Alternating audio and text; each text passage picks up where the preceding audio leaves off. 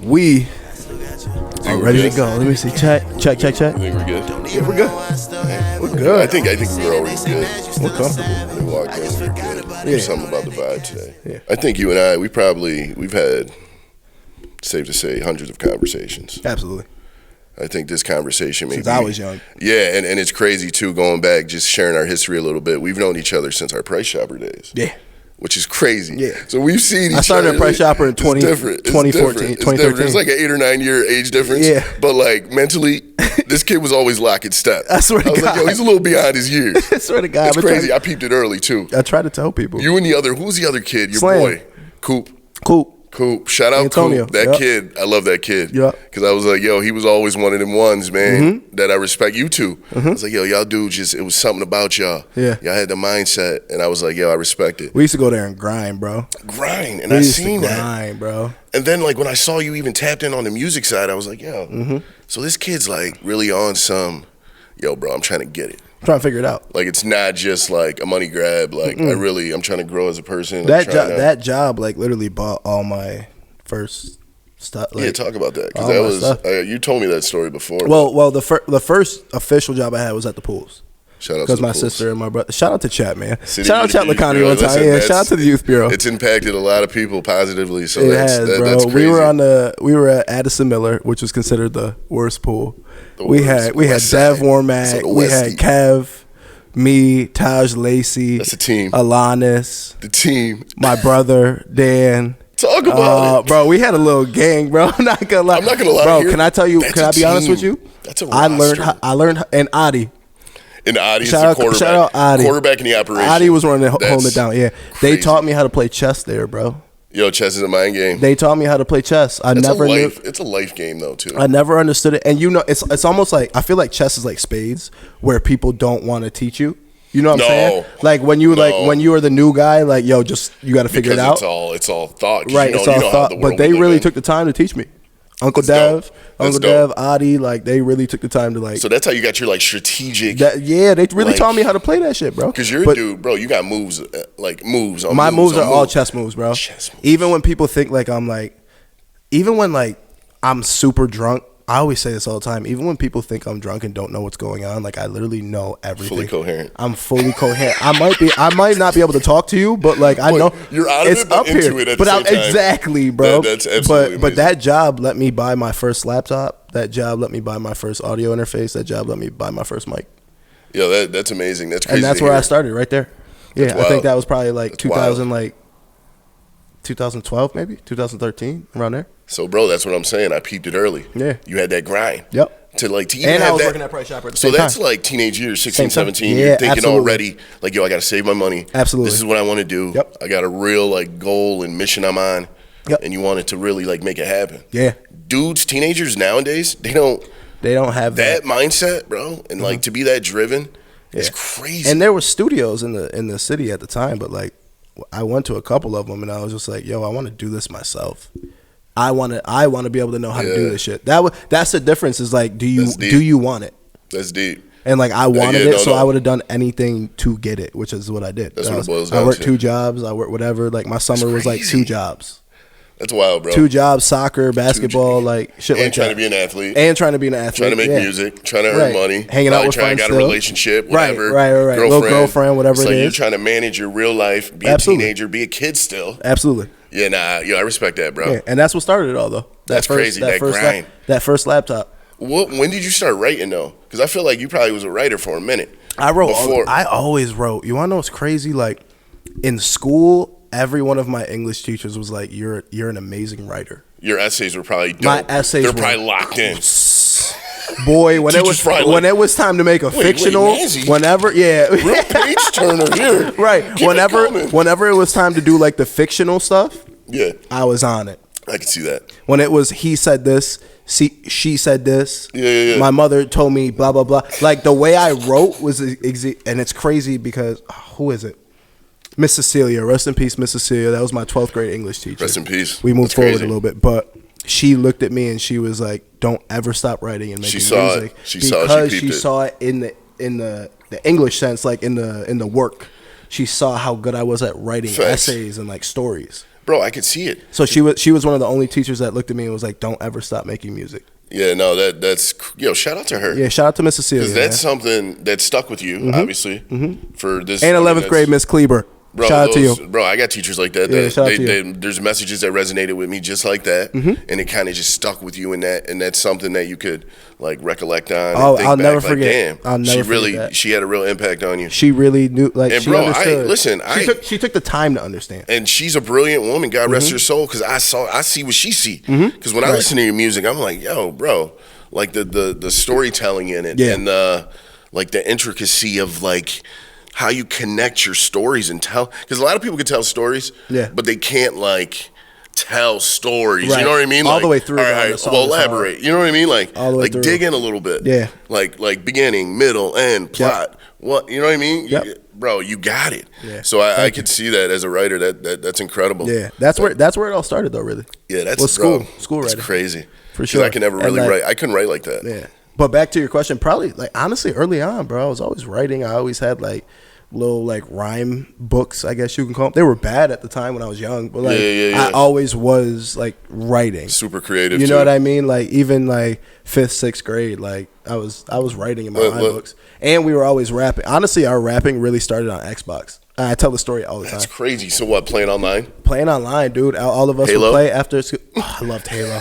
On the big, I was a big Forge guy. The big Xbox. Yeah, on the Diddy. 360. I don't know why that sounded crazy. The big Xbox. Nah, on the 360. On the 360. I got the 360 right up there. I'm thinking about the first Xbox. Oh, the big black box. Yeah, my 360 is right up there. Sounded crazy. Big black box. Wow. I mean, it sounds. I mean, it's whatever, but. But yeah, bro. Like so me and my boy Rob Hamilton. I feel like I know that name. 8th grade, me and him started making music together. We started Brotherhood Productions together. Shout out to Brotherhood, man. If you guys know, if you've been with me since then, you understand and you know. So all of my high school friends know. That's amazing. You know what I mean? Me and Rob started rapping on Xbox, bro. That's crazy. Back and forth. We would play Call of Duty. Yeah.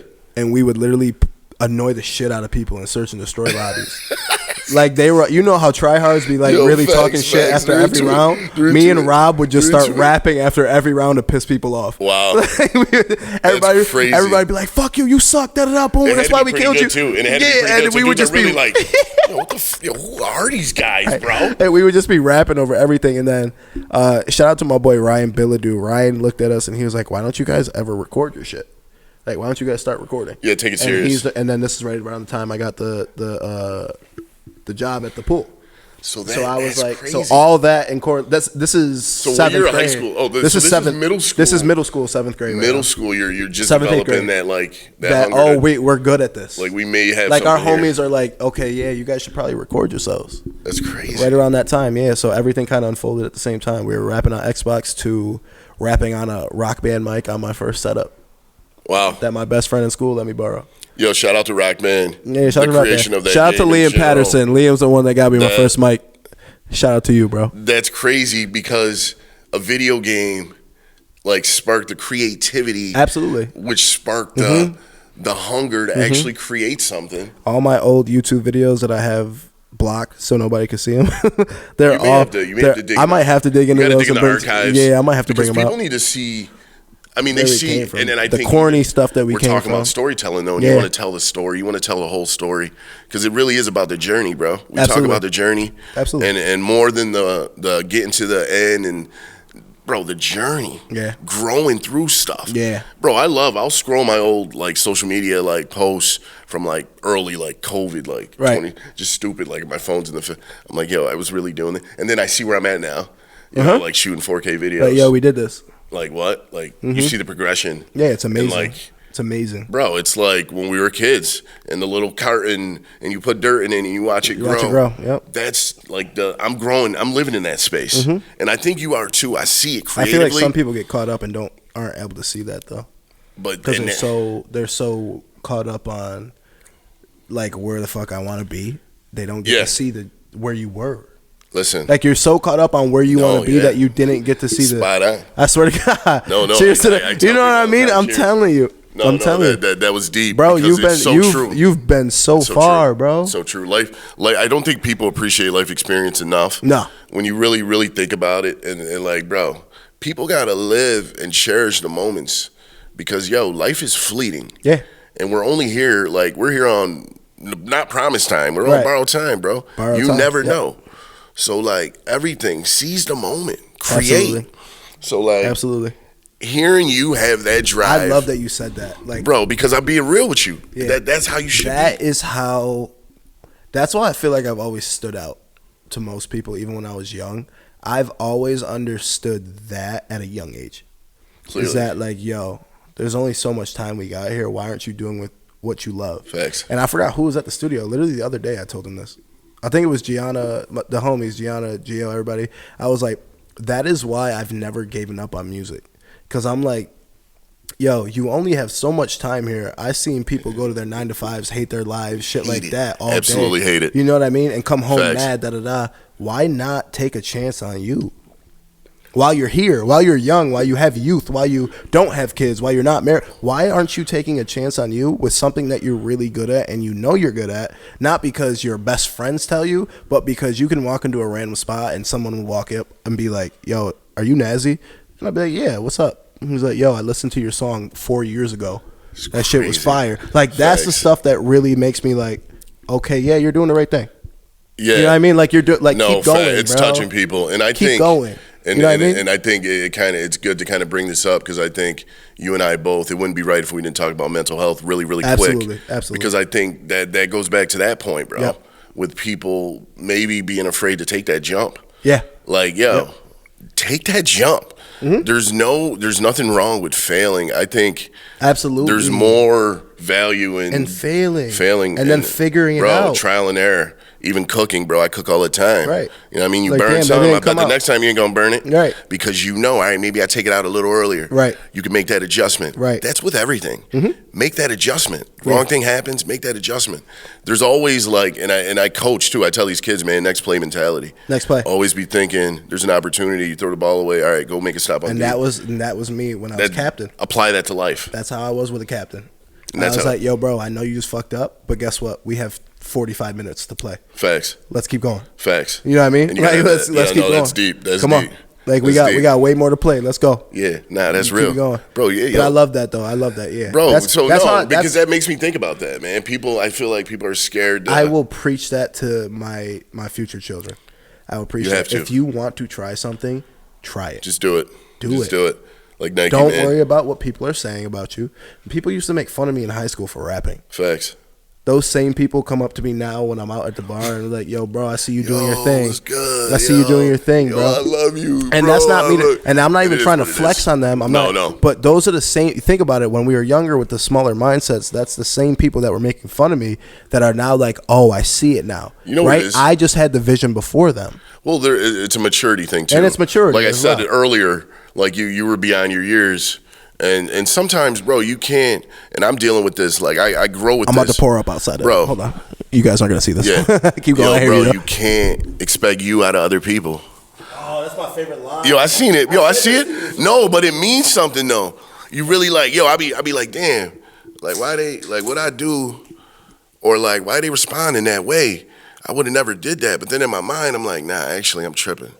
That's them. And their mindset, and I don't, you know what I mean? It is what it is. That is probably the biggest lesson that I learned growing up. What you just said. You can't expect you can't out of other people. No, you can't.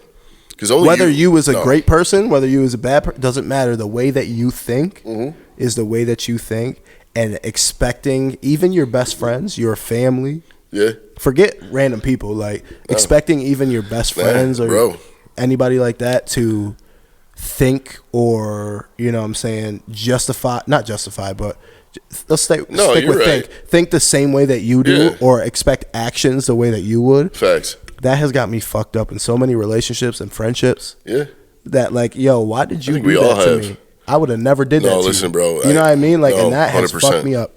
And I hear that. But the older I get is like, I'm like, there you go. It's a learning lesson. Nah, it's a learning, bro. We living off experience, man. Everything that happens to us, the life stuff, it's just that's a part of it. Yeah. The journey, man. So that I think creatively, that's why being a creative has always been an outlet. Yeah.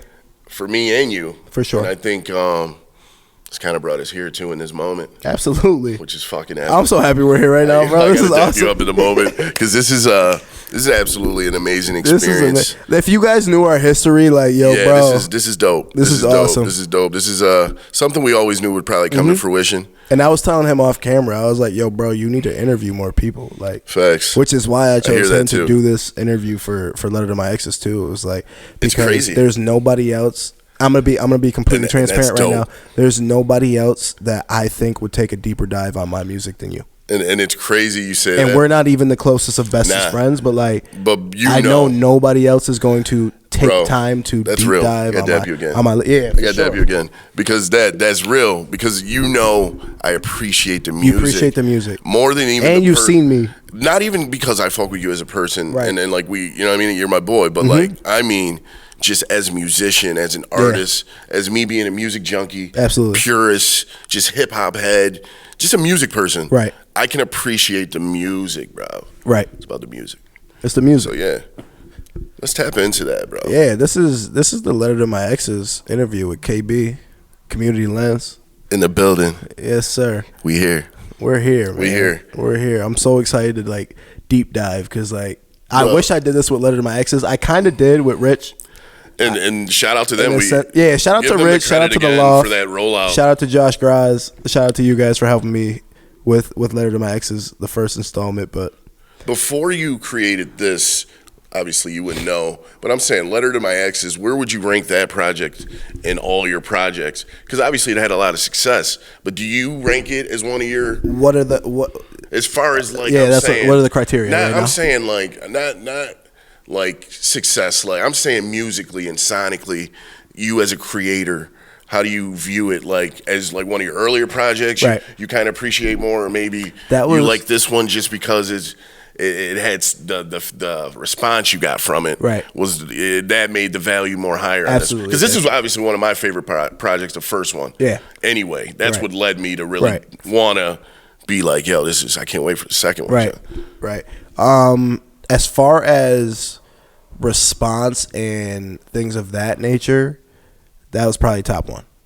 Facts. That was my first. That was my first official album. So you were shell shocked by the response, bro. You knew it would go good amongst your like circle. I knew like at the time, me, Rich, Josh, like all of us were at our peaks of like, yo, if all of us go outside right now, like people are gonna come towards us, and like the energy that we bring. People are flocking towards us. Bro, I'm not going to lie. During that time, you guys were moving like the Beatles. Bro, I swear to God. Like, on some respectful shit, and though. we moved as a team. Excuse me. Facts. We love moved that team. And we moved as a team at all times. In unison. Even Cam, Wyatt, like all of the loft. The whole pieces. Team, every piece. Like, all everyone moved matter. as a team. And Ethan and like all of us were a team. But like that album was like, that was the first official album. I dropped Autumn's Calling, but I was very young, project. Naive. I didn't really know what the fuck was going on at the time. And I was just happy to put music out. It was more of a mixtape than an album. But once me and Twist locked in with shout out to Twist. Shout out to Twist 100%. Twist is the reason that album is so cohesive. He's so like he's one of them ones, man. Like arguably one of the best for sure. I knew I had it.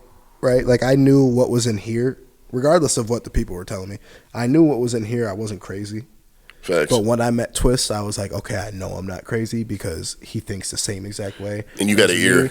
And he has an ear for it, and he understands. He's not judging me for trying shit, and he understands what I'm going for. Facts. So he's the reason why Letter to My Exes is so cohesive because he's seen my vision, and he came along with me on the ride.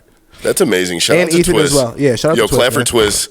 Clap for we'll put some claps Ethan. in the background right now. Yeah. Yeah, no, because that they deserve recognition, especially Twist. I think he is one of the best producers in this area, and beyond this area. He is the. But I'm saying he's connected to a lot of people in this area, and the music he don't miss.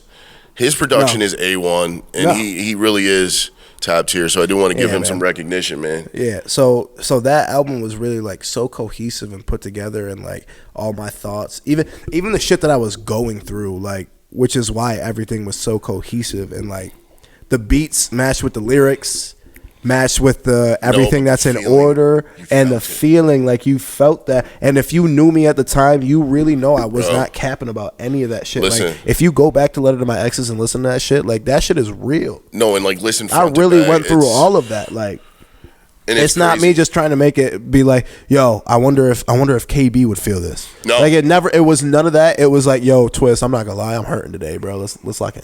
You know what I mean? It was that type of shit. Definitely. It was like, yo, let's make a song about this because I went through it. No, and listen, that was felt. It resonated, and bro, we felt exactly what you just that same sentiment. I think the audience, like, bro, oh man. And then that's the whole different story is the feedback I got.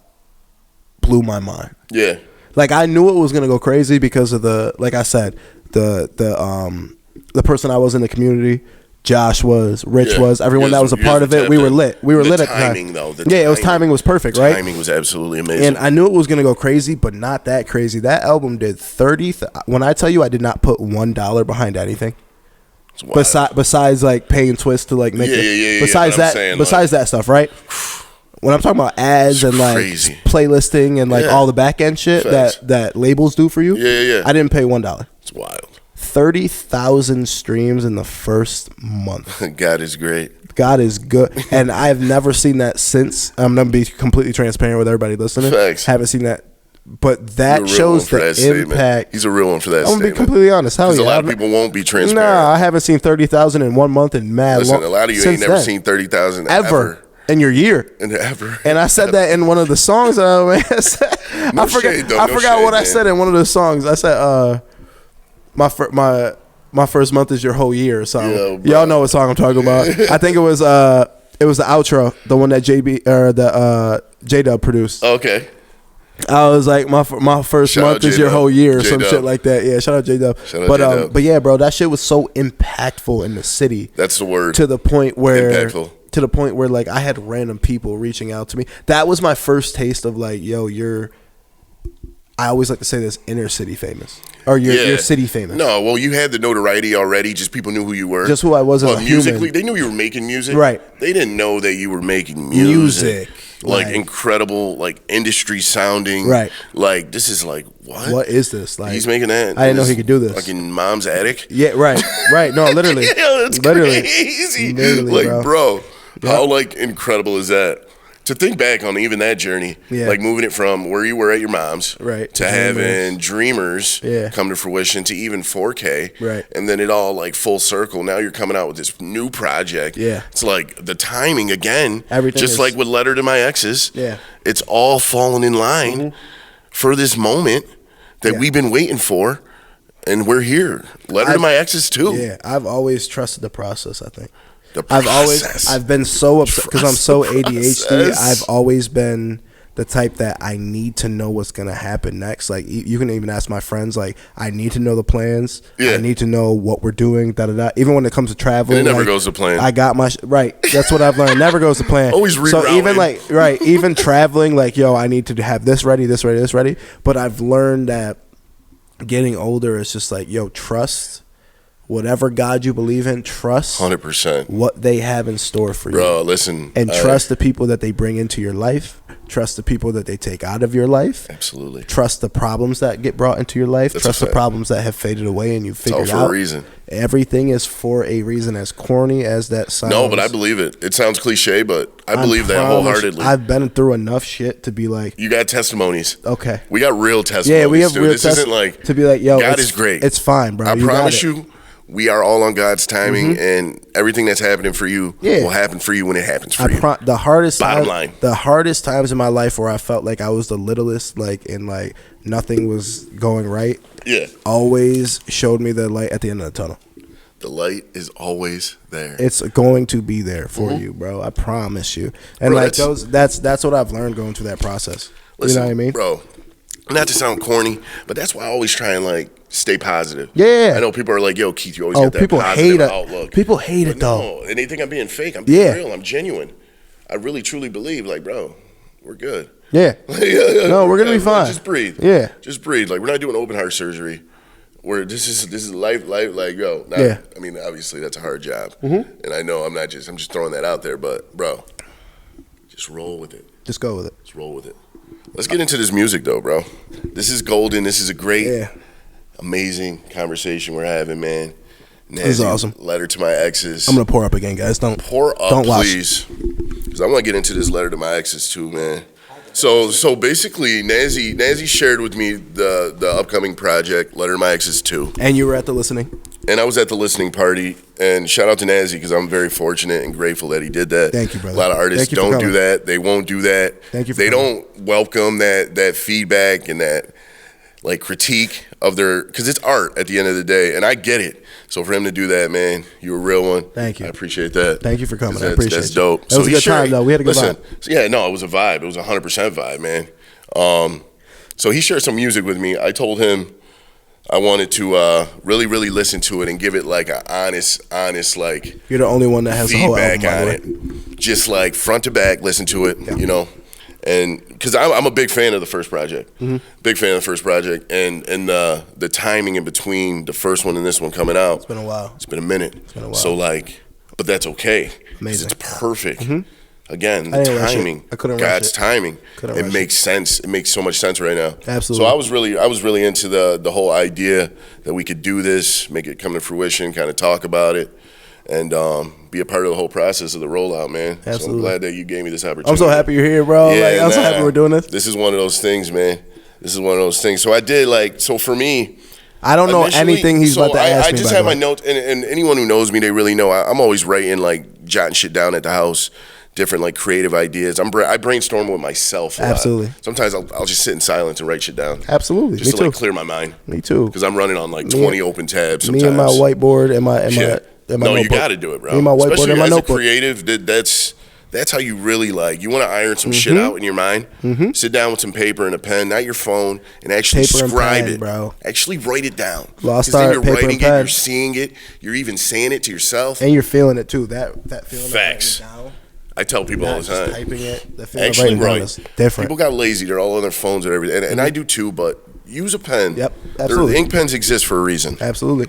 But shout out to Nazzy for allowing me to do this. One thing I noticed right off the rip, just about the project, and these are random notes, but I put down, there's some songs that y'all can't see his notebook, but he went crazy. I'm not gonna lie. you see. I get to see it from here. Yeah. And we'll bounce around a little bit. We don't gotta, you know what I mean? Yeah, we'll go off. For sure. But there was a sound that was like the common denominator, I'd say, through the whole project. I noticed you used, and this could be with Ethan, you said did a lot on this project. Ethan, a lot of instrumentation. This is basically produced by me and Ethan, and Twist got 2 tracks on here. So one thing I appreciate a lot is like the instrumentation. I hear like a lot of guitar sounds, like that like vibey sound throughout the whole project. Yeah. Was that your approach? You wanted it to be like a vibey, like easy listening, kind of deep, but like I'm saying the production side. Yeah. Because most of the sounds and how it sounds sonically to me, like every song's kind of a vibe. Yeah. But like easy listening, like that guitar sound. Yeah. It's hard to describe. It's funny that you said that. I think yes and no. It's almost like a Mike Stud, not Mike Stud, but like that, like his newer stuff, like the Lows, like that album. It's like that, that sound. Such a good album too. Yeah.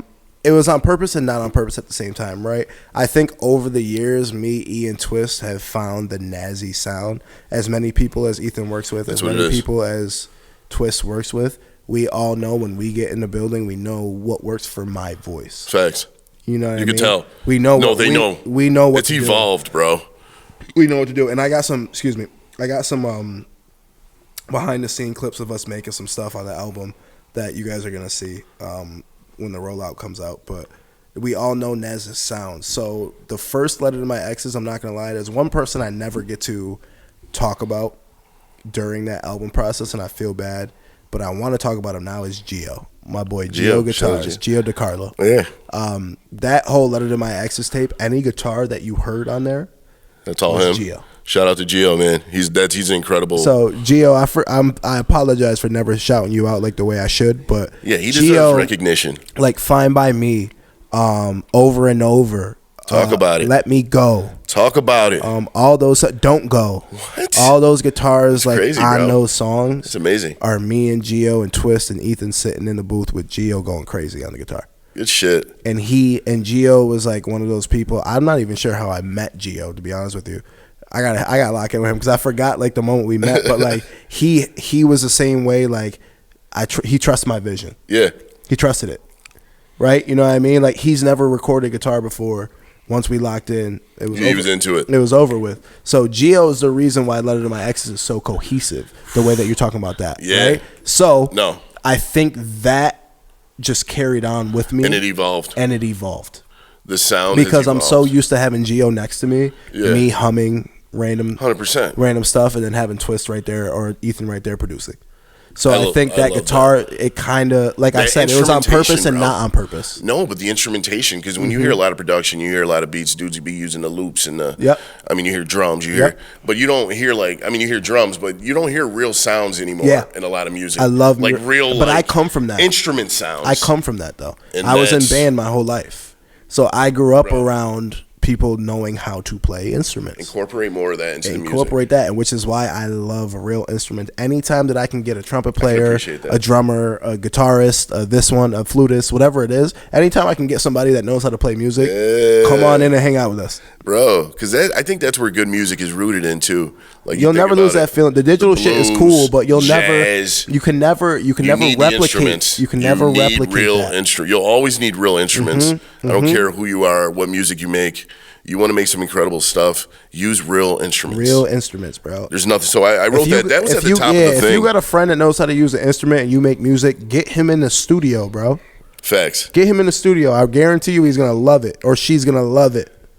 Facts. And you guys are going to make some fire shit. But to answer your question, full transparency, I know I just went out on a tangent. No, that was perfect. Yeah, I think it was just that sounded like the approach to me. Our Nazzy sound that we put together. You guys found it. And that we figured it out. And you're in your pocket with it too. And honestly, we have only one song on this album. That's with Gio. That's it. I don't know if you're going to get into it, but that's a little bit of the difference of Letter to My Exes 1 versus 2 is that all of Letter to My Exes 1 was Twist and Gio on production. Yeah, this is mostly Ethan, a little bit of me and Ethan here and there sprinkled in. But this one is now me and Ethan. Yeah. A little bit was sprinkled in with Twist and Gio. So Ethan's gonna get some shine with this project because Ethan, he deserves recognition with this because this is absolutely incredible. And if all you guys in the 315 are not hitting him up for beats, you're out of your mind. Wildin'. You're out of your mind. I don't know like who you work with or what you got going on. You guys are out of your mind. But if you want to develop a real sound and make some real incredible music with a genuine dude too, you know what I mean? Tap in. A genuine guy. That's why I'm so excited. I wrote that at the top of my notes. Did you see the Girls Love with the blonde hair that posted I just made? Yeah. Where all of us were shouting his name? Bro. Do you know how excited that made me, bro? Yo, that moment was crazy. Do you know how excited that made me? I love moments like that. To see him get the recognition that he finally deserves. Yeah, facts. Because he's not like me where I love the cameras. I love being in front of everybody. Nah, he's low key. He's cool with chilling in the back. But just to have everybody in this room, all 24 of us, or however many, to lock in with him and be like, yo, good shit. I felt that. That made me so happy. That made me so happy, bro. Like a feel good moment. Yeah. Like that was. I felt like anytime someone you feel the appreciation. Yeah. You feel like the love. Absolutely. It was genuine. That was one of those moments, bro. Those were high vibrations. I was like, good. He deserved that. Was good. That was a good night. He deserved that. He definitely deserved that. So it's crazy. I wrote that at the top, man, because that stood out to me. It was obviously a bop in its own way. Like we talked about the sound, but like now, like even your writing. Yeah.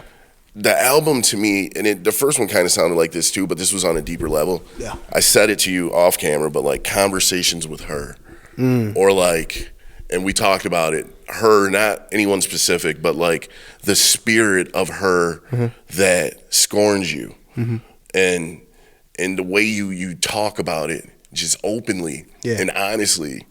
Bro, it takes a lot of courage to do that. Absolutely. How do you, because we talked about it earlier too, like having the confidence and just going for it. Absolutely. It's crazy you're able to do that, bro, in a world where people are like so introverted and reserved and like, obviously social media, people say whatever they want, but I mean like real thoughts, real emotion, real expression. How's that come so easy to you now? Is that it came at such a young age for me. I feel like, I always tell the story, like, I was never and I used to tell my kids this when I worked at ICANN, right? I was like, I never was the type to be able to go to you and be like, yo, bro, I'm really messed up right now. Can I talk to you? Yeah. Or go to name best friend here or mother and be like, yo, I'm really messed up right now. Can I talk to you? even though I had those great relationships where I could have, it was never that I didn't have those people in my life. It was just I never felt comfortable really being like, yo, bro, this girl really just fucked me up. Can I tell you about it? Right? I never could tell my best friend or my mom or this one, my brother or my sister. I never. Nobody opens up. I couldn't do it. So guess what I used to open up? The microphone. So write it. That was the only and writing. That was the only thing that would listen to me without judging me.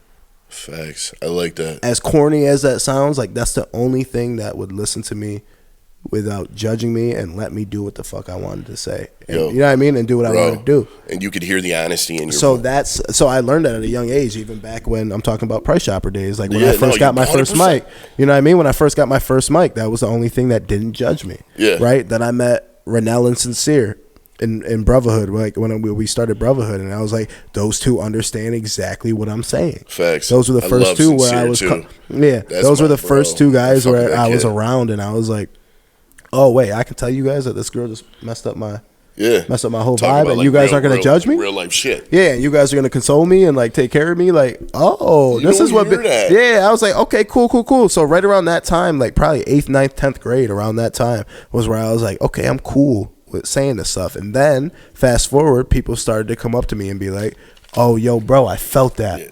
You know what I mean? And that's when I was like, okay, you're saying the right stuff.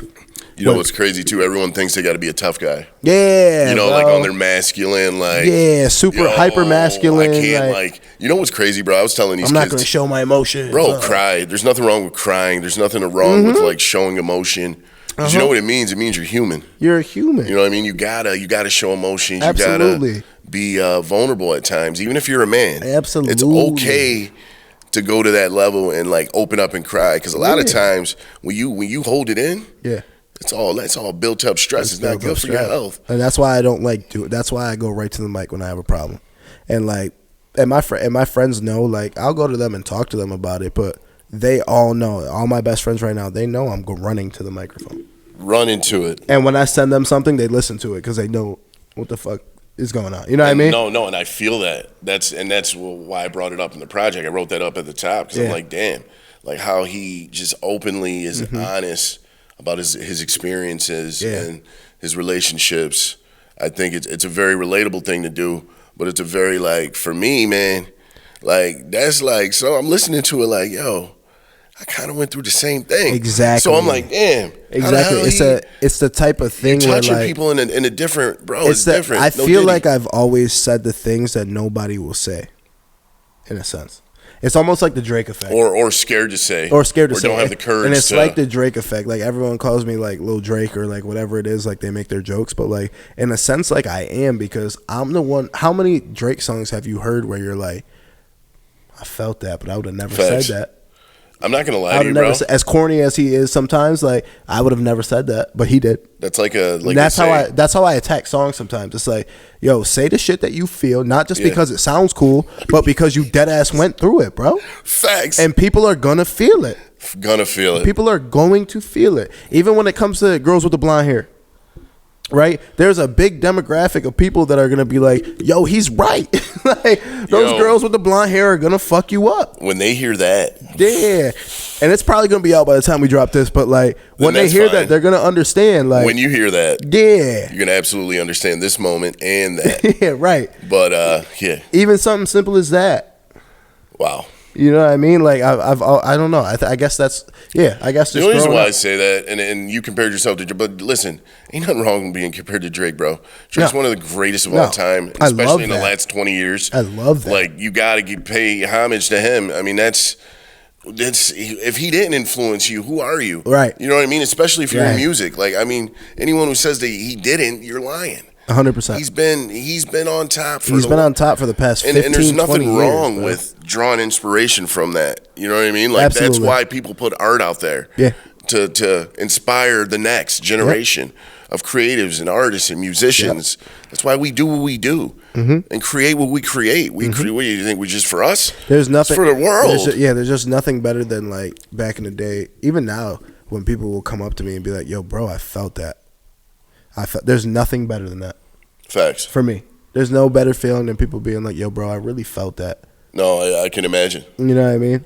Because I get messages like that for some of the content I create, and it touches them in a way that it's like, damn, bro, Like my boy hit me like, yo, you really brought me back. Yeah. I ain't been at Utica in like 20 years. Feeling, I'm like, bro. oh, It's damn, the bro. best feeling. Yo, and I felt it. I was like, yo, nah, that's why I do it. Yep. Like more than just to create something special. I want it to resonate and like leave an impression on people. Sit with you. This is our legacy, our art. There's people to this day that still send me "Fine by Me," and this is 4 years ago. We're talking about. Yeah. And I've made an ample of projects, like, you know what I mean, Facts. in between this. Yeah. And like, there's people that still send me "Fine by Me," "Let Me Go" over and over. Don't go. But yo, good. Listen, good music is timeless. Yeah. So like, I get it. You know what I mean? Like, absolutely. No, it makes sense. It. Yeah. Bro, I was in the gym and that song came on. I used it in one of my reels, Your Joint. Yep. And it's like, it's got 3 different songs in it. And at the end, though, is my favorite one. Goodbyes. I'm him. Yeah, you're talking about like, goodbyes, I'm him, and tell your mama say hello. That's one of my favorite songs by you. The switch up of 3. It's crazy. It's 3 in 1, really. You're getting three in 1. I looked at Twist and I said, yo, bro, what if we did 3 different beats? It's and I just kept rapping all the way through. Absolutely brilliant. And that's you one of my what's favorite crazy? songs. The J-Dub beat came from J-Dub coming to record with me. Really? And he was like, yo, bro, I got a beat on here that you might like. And it was right in between us making the deluxe. That's crazy. Like, he came to me for a recording session, yes. That's crazy. And he was like, yo, bro, check this out. And I think I clicked it on accident, to be honest with you.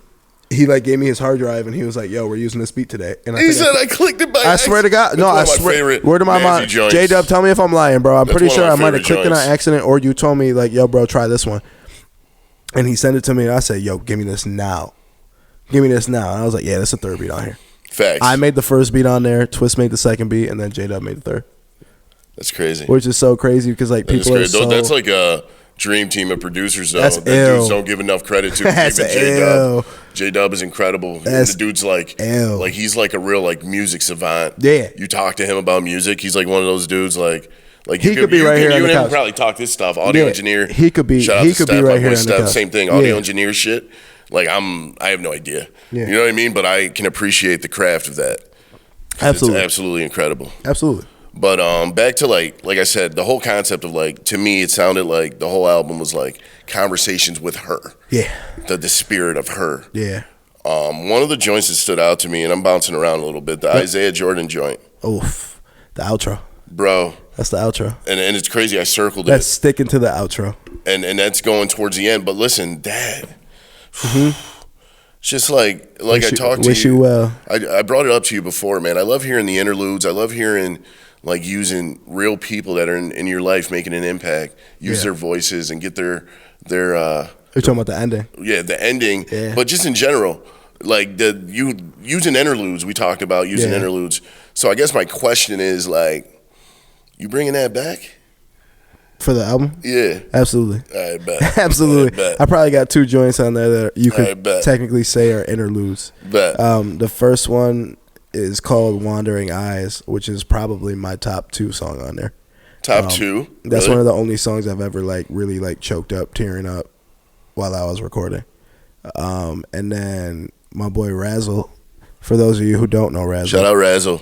For those of you who do know Razzle, you know what I'm talking about. For those of you who don't know, me and Razzle met a while ago. We used to throw parties together in high school, college, all that good stuff. Yeah. But he's an amazing artist himself. Facts.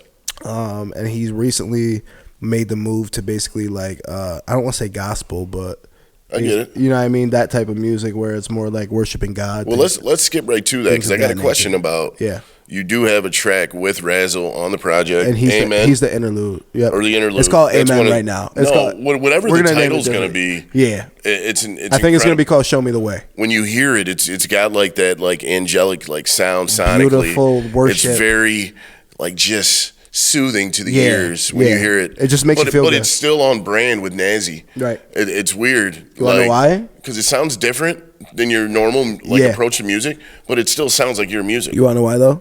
Because I wrote it. Facts. While he was with me in the studio. So you could hear it and it shines through. I wrote it and I said, yo, you need to sing this. Yo, and I love his tone. I was like, you need to sing this, and we wrote it, and then so the first half of it I wrote, and then the second half we kind of bounced ideas back and forth while he was in the studio and I was. So that concept came up on the fly. Well, just together. Technically, yes and no. You knew you would work together. So he just came home from LA, and hit him randomly, and we hung out a couple times, and I was like, yo, bro, we have to make music while you're here. Facts. I mean, and it's it was only right in the middle of album mode, so I was just like, yo, bro, what if you did a... Great. That's godly. That's godly. Literally. Happened. No, literally. Timing, man. And I was God's like, yo, timing. bro, what if you did an interlude for me? And then probably one day I just sent him like this little piano clip that I put together. I was like, how do you feel about this? He was like, yeah, that's dope. Let's get it. And then the next day he came over, and it was over. Yeah, and back to the instrumentation, the piano, hearing that. Yeah, I put a little piano together. It just sounds so good to the ears. Mm-hmm. There's like, it's almost undeniable too. You hear certain music when it just sounds good sonically. And I keep saying sonically. Some people, music heads, know what I'm talking about. Mm-hmm. Like when you don't just listen to music, you listen to just how it sounds, musicality of everything, completely. Yeah. But yeah, no. Shout out to that joint. But that song showed that was our first song that we did together for real since It Was All a Dream. But like, and besides It Was All a Dream, like me and him haven't really put music out together for real. That's but crazy. We've always been in the same room at all times. You know what's crazy? And it was a blessing that me and him got to like really put that together, and I got to go into his realm of music. Facts. Because like it gave me a little thing, because I was like, damn, I can't curse right now. Because he doesn't curse in his music anymore. No, I get it. So I was like, oh, I really have to write. I really have to write. Yeah. You know what I mean? Stay with the concept. And stay with the concept of the album at the same time. So like, yeah, that's one of my favorite songs. That song really stood out to me, man. I really enjoyed that one.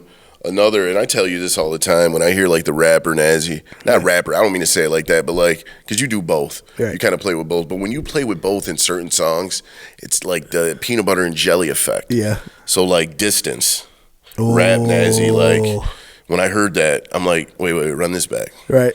Because not the produced by K-Twist. The beat. And Nazzy. Now that makes sense. So it's a K-Twist beat. It's a K-Twist and Nazzy so beat. Yeah. That's the oldest song on the album, I think. Really? When did you create that? It's probably 2 years old now. Wow.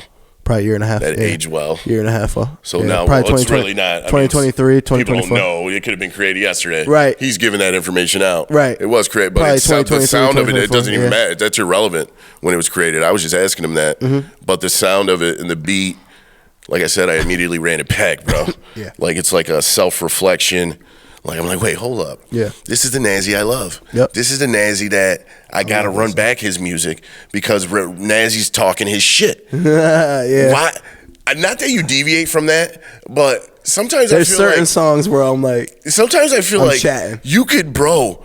You stop going away from that. Yeah. Is that a conscious move? You're like, all right, I'm rapping too much. Let me stop. No. Or do you just like? I think it just happens organically. I think it happens organically depending on like the music I get sent to me. Because like Ethan's always producing stuff, sending me stuff. Twist the same. So you way. go off the feel of whenever I'm with Twist, me and him just cook up from scratch every time. Like there's no like, yo, Naz, I made this for you with Twist. It's like, yo, let's start. But I was curious more if you went into it thinking, yo, I'm about to rap on this. But nah, I think it's or just you want to know it? what's crazy? That song was supposed to be for a LA tape that we made. That's crazy. Me and Twist made a me and Twist had a whole like light flex. That was for an LA tape he was gonna make, man. Me and Twist had a whole tape ready about a year and a half ago for me to go out to LA and really push the shit, and things just you know what I'm saying, didn't work out. But sometimes me and him have like a whole 12-track LA tape. Crazy. And that was one of the songs on there, and I was like really listening to it one day, and I was like, no, what I'm talking about in here makes sense for Letter to My Exes, so like, why not throw it in there? But shit. I don't know if it's conscious or not. There's some tracks where I'm just like, yo, I'm about to really kill these dudes. And then, there's other ones where I'm like, let me get some sweet shit going. I be wanting to hear that. Yeah, I know. When I hear it, sometimes I'll be like, damn, man, you went 2 minutes, man. You gave me 4. Yeah, I know. 2 more of those. Yeah. But no. But that's one of those ones where I'm doing both, though. I love that Nazzy though. Yeah. That's the Nazzy that when you're in that. That's why I said that, because you're when you're playing with both. Yeah. But it's effortless. But it just goes like it's not like you're forcing both. No. It's just that's how it works on that particular track. Yep. So that shit blew my mind, bro. That's one of my favorite joints. Thank you, man. And that's that real LA sound. If you're tapped in with LA, that type of beat is. Facts. It sounded like, and now that you say it was K-Twist, since he moved there, that sounds a lot like Joe Marte's. Boom. Like. And they both are out there. That beat, though. They both are out there. And I love Marte's beats. Shout out to Joe, and I know man. He works with K-Twist a lot, Absolutely. too. Shout out to Joe Marte. That's my boy. I fuck with Joe. Shout out to Joe. I got a couple tracks with Joe. He's out there really. Shout out to Joe. Yo, Marte's getting to it, Bragg's too, man. one of my... Marte, I want to sit down with you, too. Absolutely. Marte ever sees this... When he comes back in. I want to sit down. Joe Marte, man. Shout out to him. He's another one. We got a song on... He's an incredible artist, It Was All a Dream Deluxe. called Brag. Yeah. And it's the same type of vibe. You know what's crazy too about Marte? Marte used to hoop. Yeah. Marte was real. I'll give him buckets though. Yeah. Marte, you heard it. We're gonna clip this. Joe, Marte, he said, give you Joe, buckets. I want my one-on-one. We're gonna do a sit down. Matter of fact, I just posted about the Celtics against the Knicks, and man, and he was chatting. I'm a Knicks fan too. He was chatting. All right, that's amazing. Right. We're back. We're back. Back to the topic at hand. I want to go back. I know I keep saying this concept, and you could correct it if it's wrong, but that whole like conversations with her. And the reason why I keep saying that, because I'm like, damn, when I'm listening, I'm like, damn, who are you talking to? Yeah. But it's no one specific. It is, but it's not. Right. It's more like all of you who, you know what I mean? Like, I feel like even... It's crazy you said that. I love that. You know what I'm saying? Like, it's a little bit, it's not any just one of you. It's just like it's this is with you, little bit of you. You show me signs of her. Like, you know what I'm saying? And I think I love that, honestly, because it's honest, and it goes like I was listening to it brought me back to that song, Don't Deserve Love. Oof. Like it's like a ballad, like pouring out your soul. Literally. Bro, I got water eyes. I'm like, yo, this shit is like conversations with her. Yeah. Heartfelt, like deep. Bro, like when you take it there, I know that probably comes easy because when you tap into that part, it's got to be once you go there, you're there. Yeah. Were you there? You were there in that moment. Bro, you had to be. So that had to be like one of those late night studio nights. By myself. 3 a.m. By myself, drinking by myself. Blue lights. Yeah. You know the vibe. Yeah, you know the vibe. Bro, because I'm like, yo. Blue lights in the studio by myself drinking. 100%. It's one of those. Made the beat. Felt it. I was like, let me lock in. Felt it. That song definitely came up, you know what I'm saying, due to the last shit that I've been through. Facts. And it was just like, I was like, you don't deserve my love. Like, and then like I started going like that sometimes. A lot of my songs start with a certain person. Yeah. And then different situations that I've been through correlate with that. That's why I said that. That's why I said I love that you said that, is because a lot of people come up to me and like, yo, are you talking about so and so? And I'm like, yeah, but at the same time, I'm talking about so and so, so and so, and so and so. Yeah. In the same song, you guys will never know because it all just correlates. And that's the beauty of music. That's the beautiful thing. You have no idea. Letter to My Exes. We'll leave it up in the air. Right. Letter to My Exes 1, you'll never know who I was talking about. Facts. I love that. Because I'm literally talking about everyone. The mystery and mystique of it. Yeah. Because it's irrelevant to anyone because it's not anyone's business. And it doesn't matter really. Mm-hmm. The art of it is what matters. Right. And it's incredible, bro. Yeah. It's very, very thought felt and like it's just one of those things. And that song is just I got chills listening to that. Yeah, and like in that song I started talking about one person.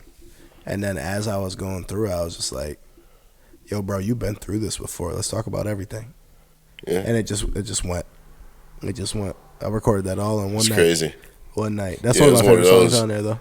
It's one of my favorite too, man. From front to back. It's such a beautiful just song. Just how you come in, how it starts, even just the sound. Like I said, sonically, how it sounds. It's just. I sent it. You want to know what's crazy? I sent it to not to call him out because I love you regardless. Josh. I sent it to Josh. Josh, was he feeling it? He loved the song, but he said the way you start, I don't know about it. The one. And I love that. The 1, 2, 3. But I got that from me being in band, me being around musicians, counting us in 1, 2, 3. That shows. So like that was very a musical entrance, which is why I was like, yo, I want to do this so bad. I can appreciate it. Yeah. It's one of those things, man. Even like the devil's in the details with it. Yeah. Because like he noticed it and I noticed it, but we interpreted it two different ways. Yeah. And I appreciate his opinion. Facts. And I told him that I was like, yo, you might be right. It might be a little bit a different way to come in, but like it's all subjective, man. Yeah. It's how you interpret it, how it resonates with you. Absolutely. And for me, man, collectively, like just listening to it in sequence with the music, that shit just hit. Yeah. I was like, yo, I needed to hear it. And then I remember at the listening party too, everybody was locked when that played. I was like, yo. Everybody was locked in. I'm literally like, I'm looking at my phone, and it might have been a text message. I'm just staring at your name, though. I'm like, yo, this dude Nazzy, bro. But the song's playing, like, in the backdrop of the phone. Yeah. You know what I mean? Right. But I'm looking at him like, yo, this fucking kid is fucking brilliant. Mm-hmm. It's just one of those things, man. And that's one of those I felt like, because I like, and I wrote this down, I like Sir. You know Sir? Yeah. The musician Sir. Yep. R&B I haven't dude. listened to him in a while, but yeah. But like, no, but his music, like that song specifically. Kind of like that. Yeah. It had that feel to it, and it just hits you. And you're like, damn, bro. Like, you brought it there. Like, you wanted those? Okay. Yeah, it's undeniable, bro. That's one of those ones where you're talking about, like, you go up to the mic and just you get vulnerable. Yeah. Bro. Vulnerable. Like, I laid it out. I was blown away. I laid it out. I was absolutely blown away by that. And that's one of those ones where you're either going to feel or you're not going to feel. Facts. But for the most part, you're good. Facts. Whether you're a girl or a guy. No, facts. You know what I mean? Facts. You're going to feel it. And that's the thing, too, with your music, man. When you listen to it, there's substance there. So you're not just listening to it. You want to hear what, like, for me at least, I want to hear what you got to say. Right. Because there's something there. Absolutely. You don't want to miss it. Yeah. You know what I mean? There's something there. And you paint a picture. Like we talked about the storytelling earlier. Absolutely. And that shit is fucking brilliant, bro. I love it. So Don't Deserve Love is definitely one of my joints. And then you took an approach on one track, and it gave me like a Usher, like, you don't have to call vibe. Oh, okay. Could have been. Could have been. Yeah. Could have been was like a bounce back jam, like the way the shit you were talking. And that's a different vibe from Don't Deserve Love. Yeah. But it's crazy because if you listen to it, let's say you listen to Don't Deserve Love, then you listen to Could Have Been. Yeah, you'd be like, yo, it makes, but no, what you're doing in Could Have Been. The lyrics in it, though. The bounce back. Like, yo, fuck that. She don't deserve my love. All right, I'm out and about. We outside. Yo. All right, fuck it. Girl, I'm outside. Headed to the spot. Now I'm lit. Yeah. That's, bro. But I love the contrast. Yeah. Because you could take us there. Yeah. And then we can bounce back and take you there. Yep. Like, Could Have Been. And that from on the spectrum of this project. Absolutely. Moments like that. That's what makes it complete. Because you're going there, you're taking it to a vulnerable state, and you're taking it to like, yo, I'm still him. Exactly. I'm still him. Exactly. You so don't get it twisted. Him. Don't get it twisted. Yeah. And I love that, bro. Yeah. I love that. Yeah, Could Have Been is funny. The reason why it's called that could be a visual too, a dope visual if you oh like, play my god, with it. It would be so like fun. You at the crib, like I said, meet up with the boys. No, like I said at the listening party though, I was like, yo, imagine you with your boys. Yeah. All of you guys are single. Same vibe. You guys are outside for the night. Like, we're all outside. Like, it's game day. All right, fuck it. Girl, I'm outside. Headed to the spot. Now I'm lit. Now I'm lit. My son, Maddie said it's about time that I pop my shit. Yeah. Fucking stop sign. I know every cop in this bitch. What? Yo, you bro. feel me? Like, that's the angle that I had at it. It was like, yo, that was the one song where I was like, okay, we have to do a turn-up song. Yeah. Turn up song, but at the same time talking about the same things that you've been going through. Yeah, still same wheelhouse, same. So concept. if you look at the hook is like, okay, cool, we're having fun, da da da boom boom, but the verses are like, yo, bro, you still fucked me up. Yeah, facts. Like, you know what I mean? Like, Shorty still had me fucked up at the same time. Shit happened, but I'm still outside. We're still outside. Yeah. We still like, yo, like that you said, I'm him. It's funny. It's called Could Have Been because have you been keeping up with Drewski and the Could Have Been house? Facts. So yo, I love his song Could Have Been Love. Could have been love. Yeah, I was listening to that song one day at the studio. That's crazy. And I was just damn, I want to beat. Like, I love the song with Blue and Young M.A. Crazy, and I was bro. like, yo, this beat is fire. So if you put that beat next to that beat, Could Have Been. Right. I've never told nobody this too.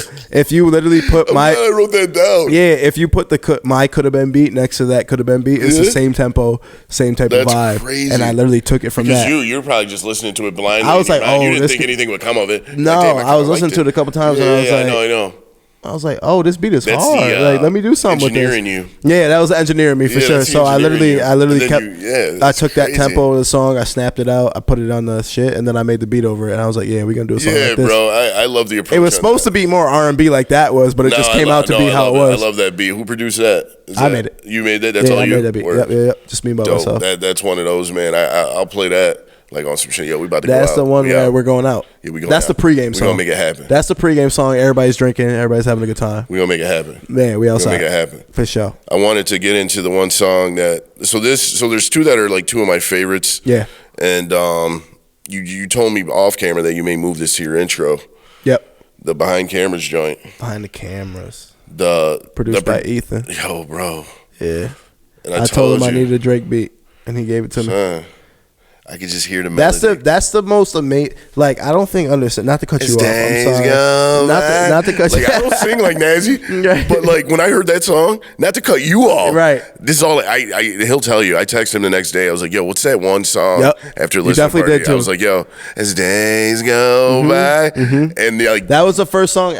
I have it on camera. That was the first song. That's another rapper Nazzy one. You literally said that's the first one we're running back on camera when we were at the listening party. That's crazy. Then you literally said, "Yo, this is the first first one we run it back. And then but that's how it hit me because the next day I was talking about it. Yeah. Yeah, because you know how when a song is lingering in your head. Yeah. And only that part of it, though. I mean, the whole song is fun, but I'm saying that stuck with me. Yeah. Because it was smooth, your voice, the tone. That's the melody of it. Yeah. It's days But I want to stress the importance of, like, having a team with you. Because I literally texted Ethan. I said, yo, bro, I need a Drake type beat. And he knew exactly. And I said, "Do not disturb" type vibe. Like I need that shit. Like, and that's how you came into that first verse. Yeah. I still got you. Toothbrush inside of the cabinet. What? Don't even know I still have it. One of my favorite. The homies seen it. They say, "Naz, you still a savage." Yo, bro, son. Come on, bro. Like, and then the name drops. You know, these is all real shit. That's like you ain't just saying this shit. Nah, this is like, bro. This all happened, bro. Yo, son. This all happened. But that's the importance of having a team, bro. Like I can look at Twist and be like, yo, bro, I need a X name your artist here type beat. Help me out. And he can give it to me. Or I can look at Ethan and be like, yo, bro, I need a Mike Stud type beat with a guitar. Facts. Help me out. And he knows and they'll give it to me within a day. And they know exactly because they've been working with me for so long. That's why I'm glad you brought that up in the past. Which is the importance of working with a videographer, a photographer, a producer, or this one, or that one. That know you. You said that. No matter how crazy your vision is, they're able to meet you halfway. Absolutely. Without judging you. That's half the battle, without judging you. Be able to communicate. Be able to communicate that. What 100%. You want and how you want to sound. And, 100%. Like, don't expect something without like people can't read minds.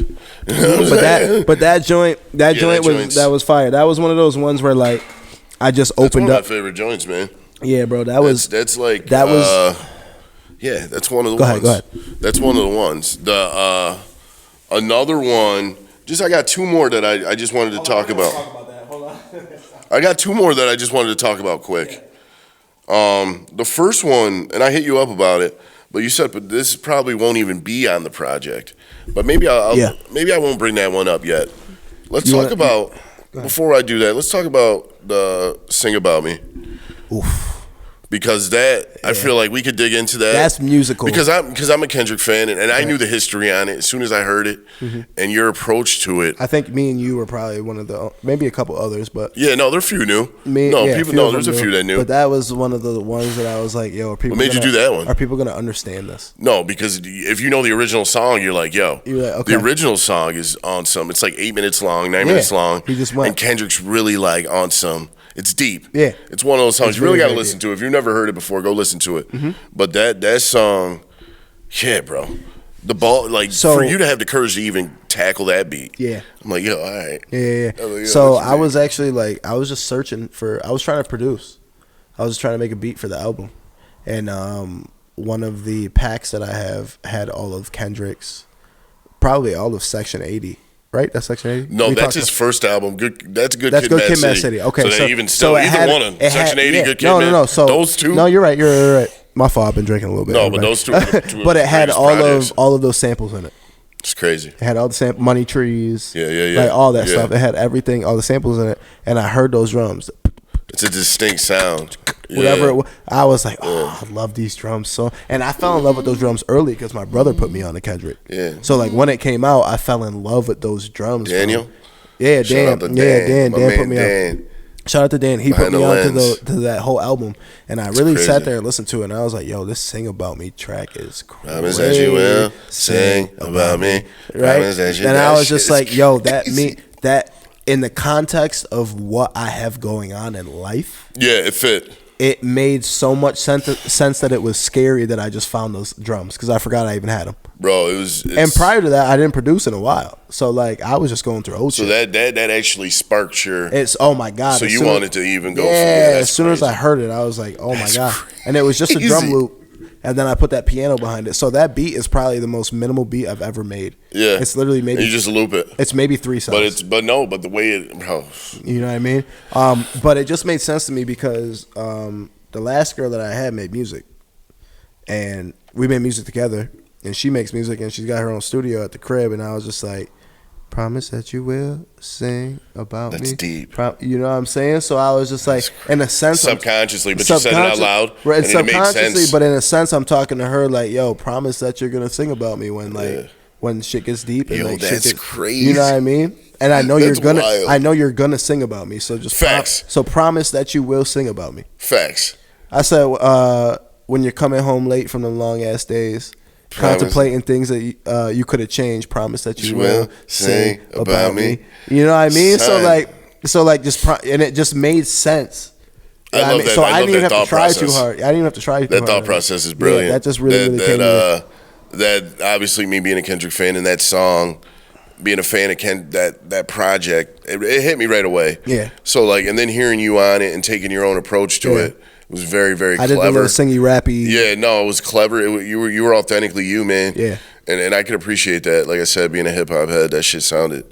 And I had to keep that. That's another one I ran back a couple times. When you're coming home late from the long I ran that back a couple times, bro. I like that because that was one of those. The drum loop is just so ill. Yeah, I could just listen to that instrumental like that, just that. Yeah. No words even, because it's one of those. Yeah, just it's a bop. It's a bop, man. So I could appreciate that when you tackled that one. I was like, yo, he's all right. So this is probably one of my favorite joints. And this is probably either that one or the Behind Cameras. Yeah. And I don't want to give away too much of the album. These are just some of my favorite tracks off the album. We can get into it. But I don't want to, I respect it. You know what I'm saying? Yeah. But 88. Oh, okay. Nazzy and Cat. 88. Yeah. Cat, who is that? This is awesome. I told this story at the listening party, but everybody was a little bit too fucked up. Yeah, I was curious about that. Everybody wasn't really listening. But so a couple weeks ago, I had BOCES reach out to me. Okay. And they said, yo, we have a student that's very interested in music that wants to come and shadow you. That's amazing. Are you okay with that? I said, yeah, of course I am. I like that. I like that. I said, hell yeah. They want to learn? Yeah. And I didn't really think much of it. I was just I'm here. I love the youth. You know me. I love the youth. I love helping the youth. So, yeah, have her come, whatever. It was 11th grader from Whitesboro. I'm not going to give out her full name. They call her Kat. No, we don't have to. They call her Kat, but she was very, very interested in music, and she's a trumpeter. So she plays the trumpet. That's crazy. So Shout out to that instrumentation again. She was very nervous at first, and I made her very, very naturally. comfortable. Yeah, naturally, right? But her and I probably hung out for about 4 hours one morning. Just me and her, and I got up at like 8 a.m. She came over at 9. I don't even get up that early. So she was ready to work. She was ready to go. She was ready to work. And I was just really like, I basically interviewed her. I was like, what do you got going on? What do you like to do? Da da da boom boom. She makes she likes to make like mashups for like she's an ice skater as well. Okay. So she like makes mashups for like their ice skating. I get it. And like the cheerleaders and stuff like that. And I told her like in high school, I used to make the mashups for the cheerleaders. Yeah. So like me and you have something. You really? Yeah. That's crazy. Yeah, the cheerleaders used to come to me. I was an engineer. Back then. Nobody knew how to do it. So That's I was crazy. like, I put the songs together. I think I still have the mixes on my computer. That's wild. Yeah. So me and her had something in common, and she was just really into the music stuff. But she didn't want to make music. She was more interested in music therapy. Like going to school for music therapy. Crazy. Right? And like I always say that music is one of the only things worldwide that can bring anyone together. Music right? therapy. It doesn't matter if you speak Spanish, if That's you're deep. fucking Jamaican, if you're English, if you're whatever it is. It's one of the things that you can all sit there and listen to one universal. song and bring it together, right? It's universal. So I'm showing her my music. I'm showing her my videos, showing her a bunch of stuff. We're chopping it up. Cool. I look at her. I go, you want to make a song? You want to make a beat? And she was like, yeah, let's do it. And that was, and her, that beginning. So that's her on trumpet. Wow. That is her on the trumpet. Wow. And she is so much better than me at trumpet because I play trumpet on my own beats. And she is so good. That's crazy. And she made that, and then I was like... She brought her trumpet? She brought her trumpet. I was going to say, you probably just used the sounds of trumpet. No, I had my trumpet there. Oh, you had your actual trumpet? Yeah, but she brought her own. And she just went absolutely nuts, and she was it was her first time ever, one, being in a studio, and two, ever recording. Yo.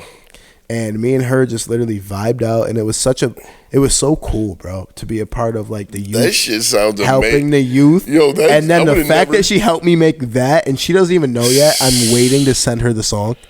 Bro. I'm gonna send her the song probably next week, just so she knows. She's gonna be absolutely blown away because I was. Yeah, that's another one I had to run back. And I'm gonna be honest, I've been saying it for the past couple of weeks. It's probably one of my favorite beats I've ever made in my life. That's crazy. The groove and the funk of it, like it's just like it reminds me of high school when we were in band, and everybody was on the same level. As soon as I heard it, it's another one of those I ran. Sorry back. for that long story, but like it had to be said. That was warranted. Yeah, it had because to be said. that's bro. I felt something. Yeah. All these tracks, all this music. Yeah. These are all songs that to me resonated with me and connected with me in a way to where I had to run it back. Yeah. And to where I had to really listen, like, yo, this is dope. Musicality, like this is those. And then there's always songs like that on projects that stand out. On that same song, I play guitar too. We were in our zone. I was like, I should pick up the guitar. And that goes back to that sound. And I played the guitar that I told you that I kept hearing. I love it. Was a reoccurring theme. And I'm not even that good at guitar, but like I know enough. It sound the reoccurring theme of it. Yeah. I said it, common denominator. And it's your sound. Absolutely. And you've mastered it in a way that just it's very, very pleasing to the ears, bro. Thank you, brother. That shit sounds amazing. Yeah, that's one of my favorite songs I ever made. Yeah, 88. That stood out. Easy listening too. Like it's just. I don't even have a name for it yet. It's funny that you called it 88. Yeah, because that's what I know it as. Yeah, because that's obviously. I mean, he sent me this. I'm just listening. I sent him all the. This is not out. This album, this project isn't out. No. So I'm listening to. He got every artist knows. Right, every artist knows that we got the names. We got the names of the tracks, and then with the actual name of the song. There's real nicknames to this. Like, come on, man. I think it was Nazzy X Cat 88. I got Before the World. This is why I'm so grateful for this opportunity because I'm getting to listen to this music before the world's hearing it and giving it an honest feedback. Yep. So this is great for me, man. But yeah, that one was special. So whatever name you land on with that, that's one of my favorites. I like 88, but I mean, and not even knowing the reference, but now knowing the story. It was just 88 BPM. Yeah, fucking run with it, man. Why not, man? Why not? But yeah, that one definitely stood out to me. Yeah. It was one of those ones. But I wanted to talk about one that I really enjoyed, but you said it won't be on the project. Yeah. And that was the Emotions, too. We just listened to that before I left and came here. That for me, man, like that beats like motion to me is like hip hop. Like if someone's like yo, if I wanted to point like and say yo, this is what hip hop sounds like. Yeah, I'd show them that beat. I'd be There's like yo, such a big story behind. Like this. Yo, I'm like yo, that's hip hop to me, and it's like the way it's rapper Nazzy. Yeah. So like that's what it's straight rap. No, but it's you in your bag, Nazzy. But I could see why you would take it. Almost.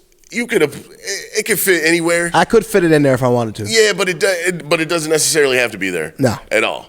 You know what I mean? Like people might hear that. If you listen to music like we listen to it, you might be like, damn, that shit don't really even fit. But it could if you wanted to. Yeah. But it's like almost like, yo, bro. Yeah. Or it might be an overkill. Right. You might be giving them too much. Right. Save that for something Which else. is why I'm saving it. But most, bro. They're gonna hear it regardless. It's probably gonna be on the deluxe. That one. There's gonna be a deluxe. Wait for that one. Wait for that. that was another one I really, really enjoyed. Yeah. And like I said, man, if someone asked me like, "Yo, what's hip hop sound like?" I'm like, "Yo, shit like this." Thank you, bro. I love that. That's like this is what it sounds like. Yeah. Maybe when you edit this, throw that in there for a second. 5 seconds of it. Yeah, like, give him a little bit of it. Yeah. Give him a little bit of it. Ready for that? It's the story behind it is crazy. I'm gonna make it short. So, me and Josh, we had a fallout a couple years ago. We haven't been really friends talking since. I was wondering who you were like. We recently rekindled, which is a blessing because the first line of that song is talking about Josh.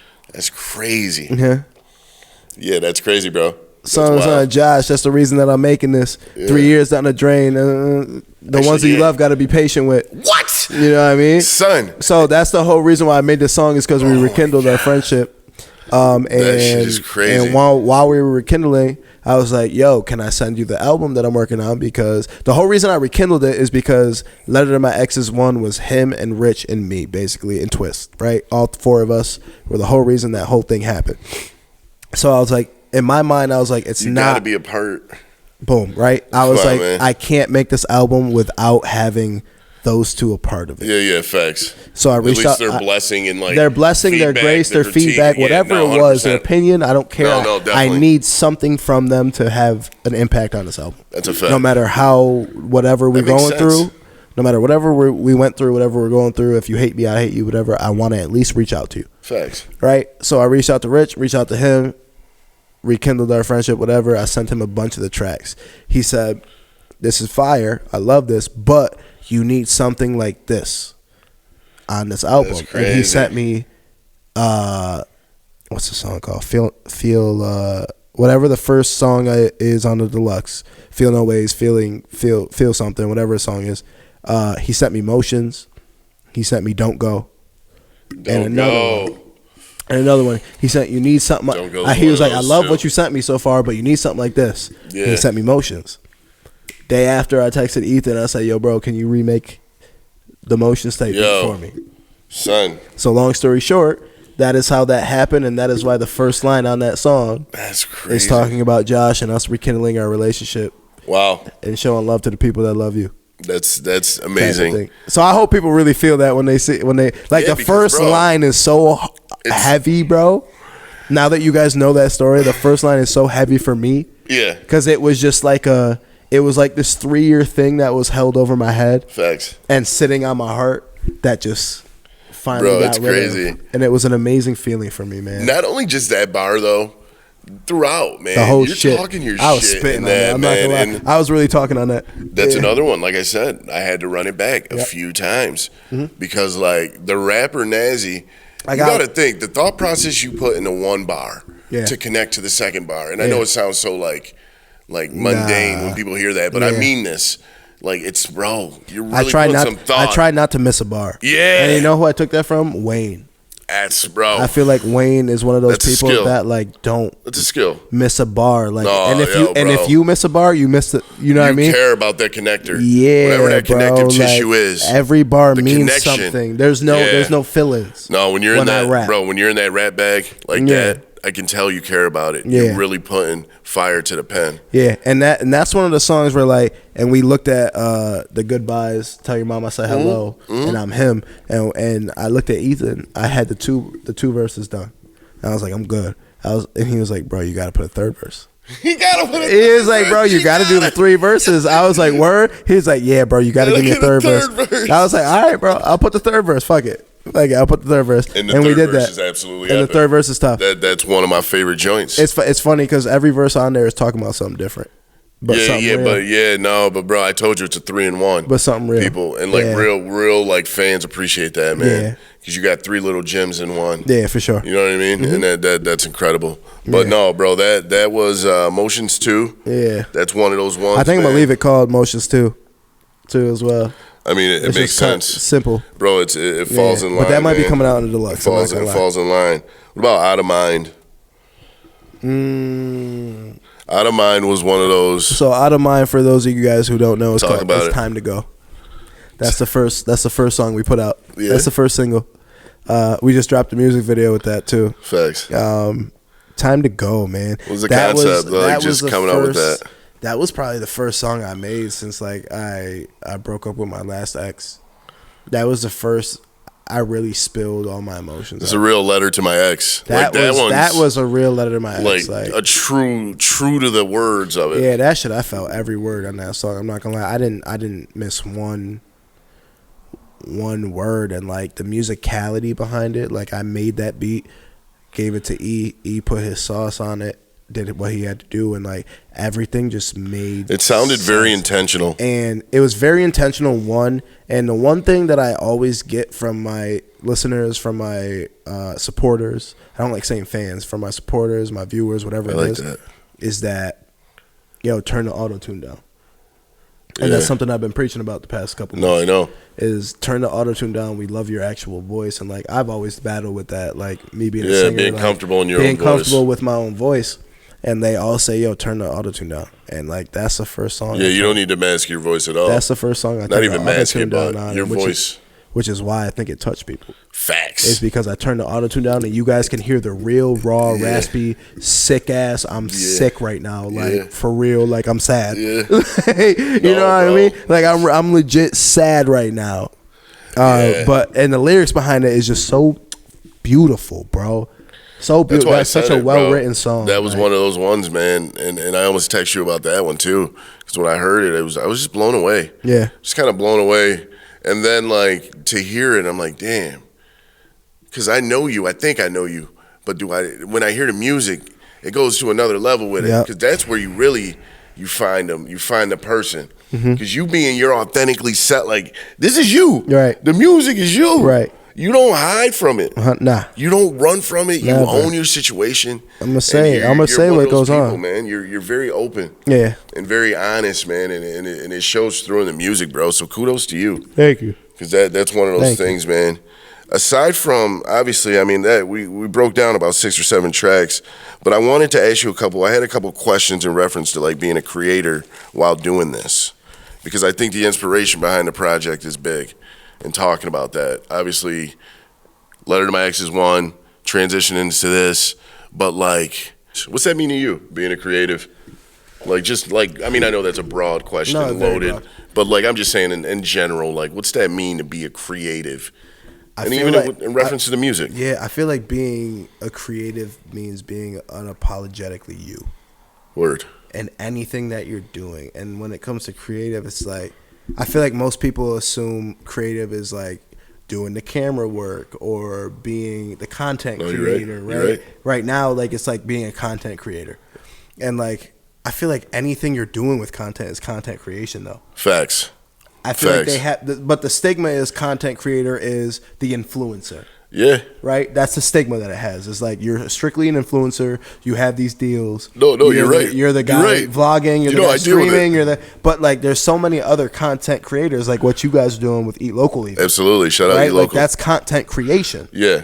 You guys aren't streamers. You guys aren't this. You guys are influencers of the city, but you're not an influencer, right? You know what people, they don't. But that's content creation. Exactly.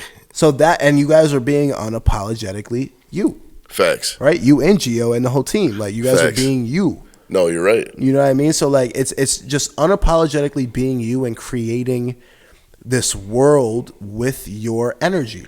I like that. With what you're doing. That's the. You know what I mean? With your energy. Let me up for that. You know what I mean? I like that. With your energy. With your energy and your vibes and your people. Facts. Is what content is what being a creator is. And like, and my creatorness comes from, like, if that's even a word, it's like, no, from you've just 4K, trademarked it. Right? From 4K, from Dreamer Studios, for Nazzy. Facts. Like, there's these different hats I'm wearing, but in every hat I'm wearing, I'm creating content every single day. One thing I'll say too, people don't give us creators enough credit. There's a lot of like intellectual labor that goes on. If that's something like, because you know, a lot of creators, there's work that goes into it mentally. Absolutely. And there's a lot of thoughts and planning and real life stuff going on in your lives too, aside from the creation. Yep. So like, you got to balance and compartmentalize everything in your mind to get certain stuff done. Yeah. And people don't realize that, because all they see... With your regular day-to-day shit that you have to get done. A lot of times they just see the end result, or they'll see the 90-second clip and think... Like, people are going to see this and be like, yo, this was you guys just sat down. No, like, nah, bro, this has been 3 weeks. And there's been a lot of thought. 3 weeks of back and forth. Like, exactly. And there's been, you know, real thought put into this and real intent. And we both have taken time to, you know, jot down thoughts and really, like... formulate a plan to execute this. Yeah. So this isn't just, yo, Keith, yo, where you at? Yo, come here. Like, bro, we planned this. We planned this. And there's a lot that goes into it that people don't get. So I respect you as a creative doing that, because I know where the planning takes to make something happen. Absolutely. Creatively. Absolutely. So shout out to you. I was in the studio recording before this. Exactly. I came straight from... Listen, no days off. We're always working. We're always creating. But that's what that means. It never stops. Sure. Yeah, I like that, man. Sure. The energy-driven creativity. And you being unapologetically you. If I let everyone influence me into not being Nazzy, like, I wouldn't be where I'm at right now.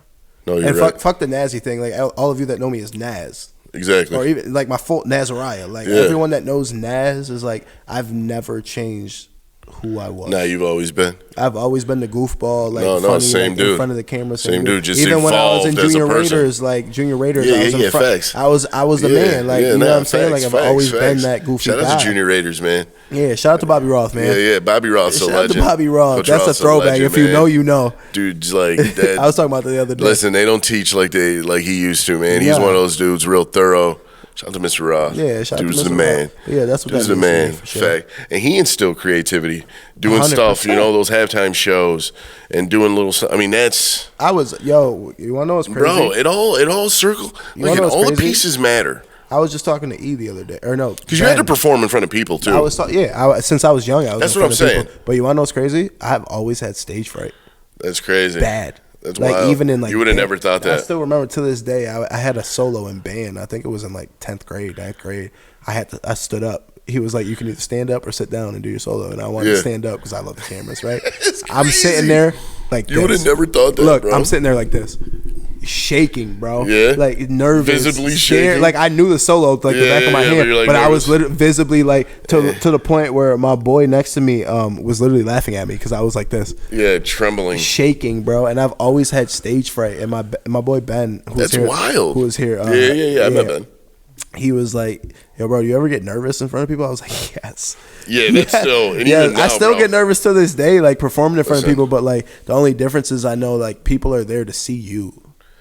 Exactly. At the end of the day, they're people there are for there. you. They're there for that's, as long as you can bring that energy to them. Like, yo, I'm here right now. Yeah. Like, I'll take a drink. I'll take a shot real quick. Nah, 100%. And I'm out 100%. there. I'm ready to go. Nah, definitely. I'm ready to go. I don't care if I forget my lyrics. I don't care whatever. The show must go on. The show must go on, man. Yo, it takes a lot, bro. Listen, I do a lot of public speaking. I talk in front of people. Love it. And I get it.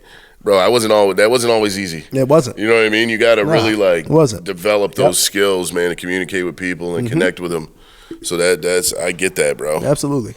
What and this is gonna be like a real broad question. Yeah. But like listening to the album and then hearing and knowing you, and I got to kind of feel for this, but I want to see kind of what you say to it, like your why.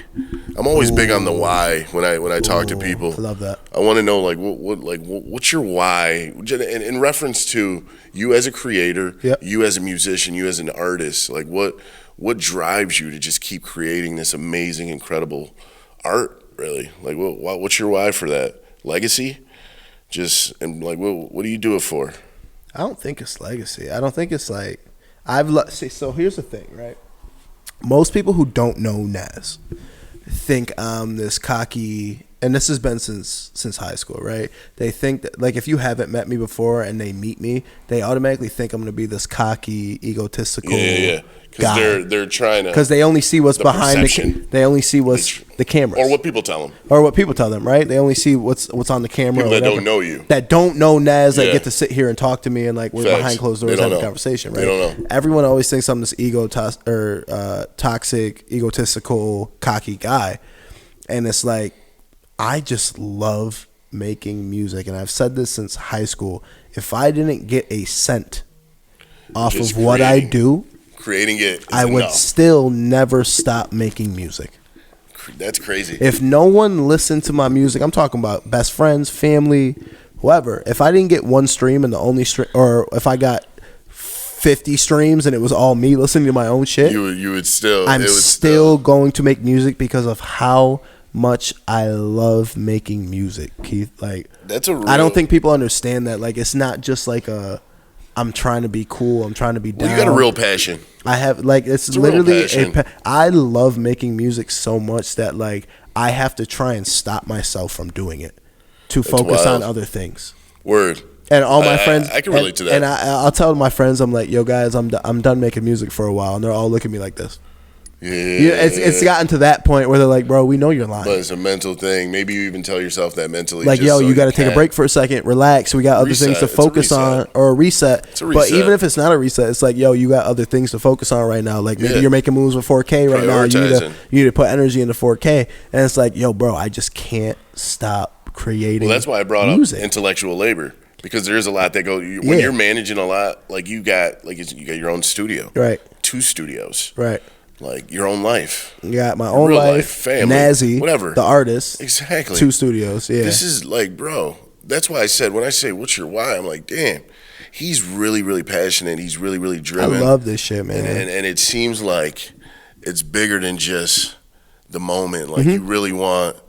You want to live. Yeah. You know what I mean? Like my biggest goal, and like I sat down with Twist a couple times and talked to him about this, and Ethan and like the whole team. I was like, and this happened a couple years ago. My want for being the next Drake, the next your favorite artist, went away a long time ago. Word. That like my want for being that guy in the front of the camera has gone away a long time ago. Probably about around the time I made Dreamers. I was like, yo, I'm completely content with being in the background now. Yeah. And that's a hard thing to deal with. That is. Used to being in front of the camera. Yeah. Used to being that guy. Absolutely. Used to walking into the parties and everybody stops with. Talk about it. And being able to take that back seat and being like, yo, my boys are Yeah. This guy is the new guy, and I'm cool with being behind him and being on the camera is a hard thing to follow. And that happened, honestly, a lot of that happened when I saw Mason Geo doing their thing. Yeah, shout out to those guys. I love what they're doing, you know what I'm saying? So, like, a lot of that happened during watching them come up, and I was like, yo, I was in your guys' shoes, and I'm completely okay with being behind you guys and helping you guys do your thing. I love that. I love that. And so, like, my overall dream is to be able to still be in this space, still be in the music space, but be in the background, but make enough money to be able to take care of myself, a family, provide. One thing I've noticed about you, man. So if I could be a writer, if I could be a producer, if I could be whatever in the background, I'm cool with it. That's my biggest plan. Like, I want to be a writer, bro. I love what you do as far as putting other people on too. Yeah. Like in reference to like even like your big brother, not big brother role, but like dudes like Brady, Sweezy, local like younger dudes than you, artists, boys, man. Creatives, dudes who are like hungry. Yeah. That you like help and develop and like, bro, that's the people don't give you enough credit there. Yeah. Because that, like when you say behind the scenes, but you could pop out at any moment, right, and still be Nazzy, right. Like the fact that you could still put other people out there in the forefront, 100%, and be comfortable doing that on some like genuine love lost shit. Art. It's genuine love. Yeah. Dudes don't do that. Yeah. You know what I'm saying? But they don't see, and then nobody sees that part. Nobody wants to see that part. They don't. That's the thing, though. Nobody wants to see that part. Because it's a positive. It's a good. It's a good thing. Like, they don't want that narrative in Nazzy. They want they think that Nazzy's cocky, unapproachable, can't, you know what I mean? He's but that's an asshole. He thinks he's the best in the city. Bro, so far from the truth. This is why I don't pass judgment on anyone until I get to know him myself. Exactly. Like, bro, I don't care what nobody says about anyone. I don't know what your experience was with that person. I got to connect with that person. I want to meet him first. Yeah, man. I got to meet him first. Yeah, exactly, bro. Don't never stop passing judgment on people. Stop it. Get to know them yourselves. 100%. Bottom line. 100%. But yeah, no, that's. I mean, I wanted to ask you your why, because that was always like I was always thinking about that. Like, what's driving him? It's just because when I think about it, I'm like, yo, everything I'm doing, I want to not. Yeah, my legacy, my name means something though. Yeah. Anything I put my name on, anything I create, I want it to. When people think about it, or they see it, or they connect with it, I want it to be in a good light. I want it to be long after me. Right. You know, people see it. Right. And they're like, damn, bro, that shit was dope. You remember Keith Brown? Like Drake said in God's Plan, like, yo, I want my boys, people who live past me, to be like, yo, things was different with him. Like, it was different. Like, he was a real one. Like, shit was different with him. I think as I got older, and that's what drives me. I think as I got older, that is one of the things where, like, when I leave here, how people not even I'm talking about when I my die. Impact on when people. when I move from here, I want people to be like, yo, Nazzy, when he was here, like the same way I talk about Rich when he left, same way I talk about Josh, facts, the same way I talk about this one, Joe Marte when he left, the same way that everyone talks about them, I want people to sit here, especially the younger generation. Yeah, no, they are. The guys 7, 8, 9, you know what I mean, years below me, the 16, 17, 18, 19 year olds. And you're tapped in with them. You're tapped in. I want them to be like, yo, before you got here, I want you to know that Nazzy was here doing amazing things for all of us. Yo, and inspiring people in a positive way. People tell me that. Not just that asshole dude that was here, like, putting in work, that didn't help anybody. Like, he was the one that, like, tried to bring the city together. Yeah, and we love, and you love Utica just as much as I love Utica. Like, this will forever be home. Like, no matter where I'm at, 100%. You know what I mean? So, like, I want to be that guy to people that's like, yo, when you think of Utica, who do you think of? Yeah, in a sense, you know what I mean. No, you're right. I want to think of Nazzy. I like that. I like that a lot, man. Because that's we got a similar approach to life, similar life mission, I think, and that take that's exactly. That's why I fuck with you, bro. You feel me? That's real. When you think of Utica, I want you to think of Naz. That's real. Listen, bro. I mean, that's. I mean, we chopped it up for a minute now. Yeah, we did. We talked about a lot of different things, man. As a creative myself, I'm eternally grateful for this experience. Yeah. You even sharing your music. I think this project, in my opinion, will be better than your first one. I think it is. I think musically. I'm going to be honest with you. Yeah, musically for sure. Musically for sure. Who knows what the success will be? I think it's already success. Right. You completed it. It's whenever you put it out to the world, whatever. That listening party told me all I needed. Listen, bro, and they're gonna see you've already accomplished something. Yeah, completing that project. Yeah, that listening party was all I needed to. The fact that you had, and I told you this, bro, you could have put 2 projects, and we're gonna have the fact that you were able to take songs off, like that's a good problem. Right. You had too much music. I think I had 20 tracks. We had to dwindle it down to 15, 14. And that's amazing. That's a good problem. By the way, all in 2 months. Which is crazy. We had 20 tracks. That's really like putting in real work. Yeah. Which might not sound a lot to like the people who don't make music or know about music. But like that's a lot of tracks to put together in 2 months, bro. But it goes back to the passion, goes back to the drive, the creativity, why we do what we do. Yeah. Yeah, man, I'm truly appreciative of you, man. Nah, I appreciate you for coming here. I can't wait for Letter to My Exes 2. Yeah. It's gonna be one of those things, man, when you hear it, you gotta sit with it and it's gonna connect with you and you're gonna listen to it for a long time. Absolutely. Because it's one of those body of works, man. It's why I think it's gonna be one of your best projects. When it's all said and done. Thank you. Because you got a lot more work to do, a lot more music you're gonna put out, I'm sure of it. But bro, this is special, man. I'm glad I could be a part of it. Thank you for being here, bro. Absolutely. Thank you for doing this with me, bro. You already know, yes, bro. Sir. You already know. That's what we do, man. Letter to My Exes 2. Coming.